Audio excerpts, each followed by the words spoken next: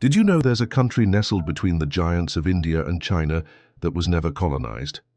A place where the flag isn't rectangular, where buses look like mobile parties, and where, in some regions, women have more than one husband.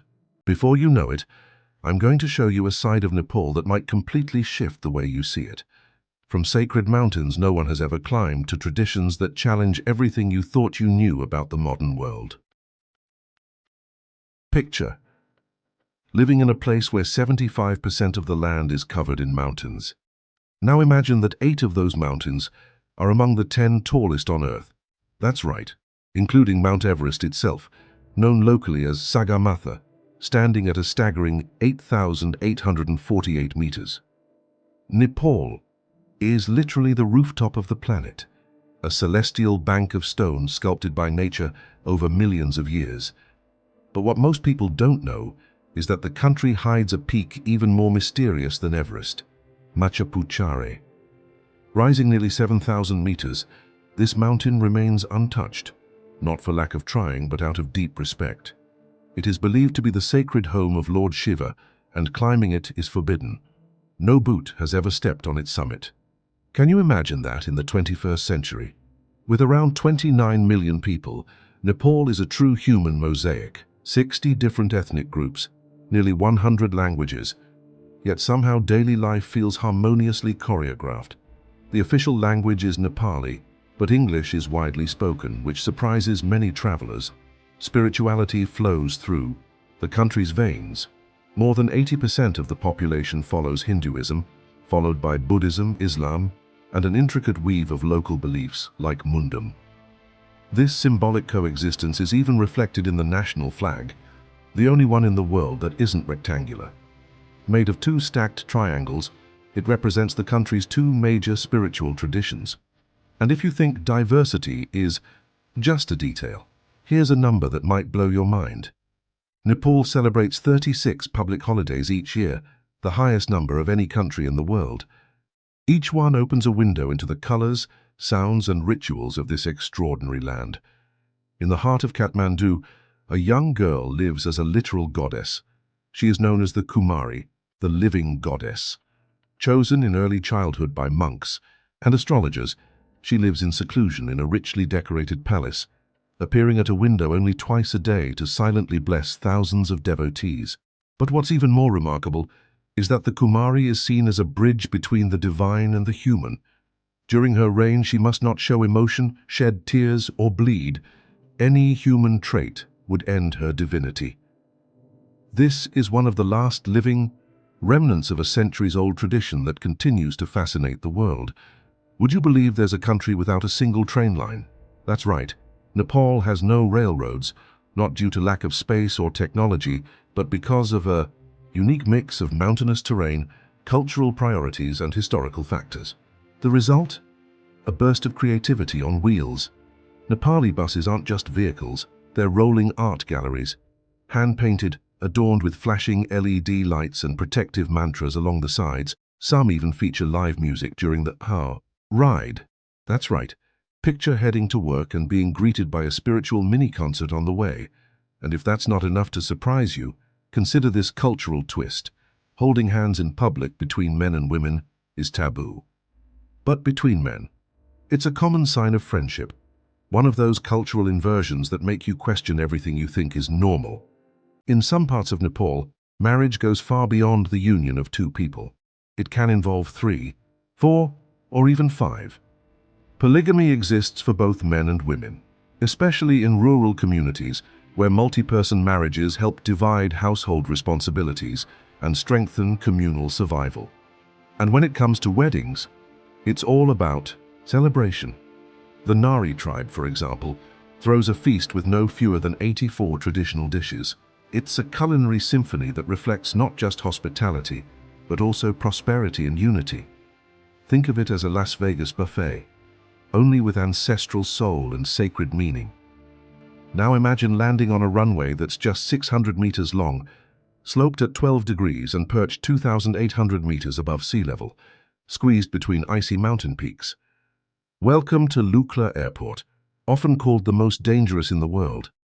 Takeoff here lasts an average of 10 seconds, And if something goes wrong, there's no room for error.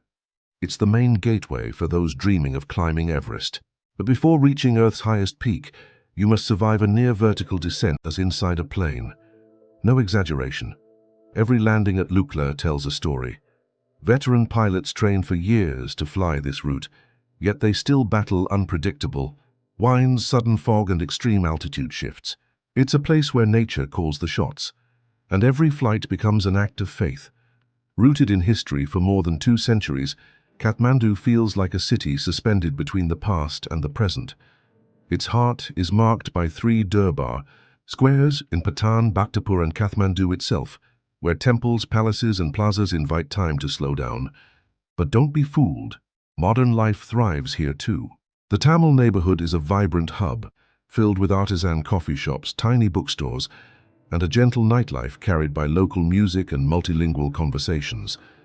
It's a space where the old and the new, the sacred and the profane, blend in a delicate dance. If the body struggles to climb mountains, the soul finds peace in Nepal's spiritual landscapes. Take the Bagmati River, for instance. It's considered sacred and flows right through the heart of the capital. Along its banks sits the Pashupatinath Temple, one of Hinduism's most revered shrines. Then there's Pokhara, a city of calm. Lakes and snow-capped vistas, now a major hub for both spiritual seekers and nature lovers. Within just 15 kilometers, you'll find 9 UNESCO World Heritage Sites, a mind-blowing concentration of cultural richness. And if you're after something even more surreal, the International Hot Air Balloon Festival, held in Pokhara, turns the sky into a floating spectacle for 9 full days, a scene so enchanting, it'll make you lose all sense of time. If you're fascinated by this kind of mind-expanding geographic knowledge, now's the perfect time to subscribe to the channel. Every week we explore places and phenomena that reshape how we see the world. Hit that subscribe button. It key. Only takes a second, and it ensures you'll never miss our next adventure. Despite its towering mountains, ancient culture, and one-of-a-kind traditions, Nepal is shockingly affordable. The average cost of living ranges between $500 and $700 per month. Rent can be anywhere from $150 to $300, while a basic meal goes for about $3 to $6. Surprisingly stable. In urban areas, internet service costs only $15 to $20 a month. As for local food, get ready for some unforgettable flavors. Dal bhat, rice with lentils, is the backbone of Nepali cuisine. Momos, which are either steamed or fried dumplings, are addictively delicious. There's also buffalo milk lassi and yumari, a fish-shaped dessert filled with brown sugar and sesame seeds. Ever heard of a country where men live longer than women? Well, that's the case in Nepal. The average male life expectancy is 71.8 years, while for women it's slightly lower, 71.2. It's a curious reversal of the global average and raises fascinating questions. Is it the lifestyle, the diet, social roles? Maybe it's a mix of all that. There's no clear answer, and maybe that's the beauty of Nepal. It defies expectations, even in the simplest of statistics. In a world obsessed with conquest, Nepal offers a rare reminder: not everything has to be conquered to be meaningful. While Everest is climbed by hundreds each year, Machu Picchu remains untouched, untouchable, and perhaps for that very reason more sacred than any other. Maybe this is Nepal's greatest lesson. Not everything needs to be explained, changed, or mastered. Some things exist simply to remind us how small we are in the grand scale of the universe, and how beautiful that can be. Would you live in a country with no trains but 36 public holidays a year? Or better yet, could you live in a place where spirituality isn't found in churches or temples, but in the very way people walk, speak, and share their lives?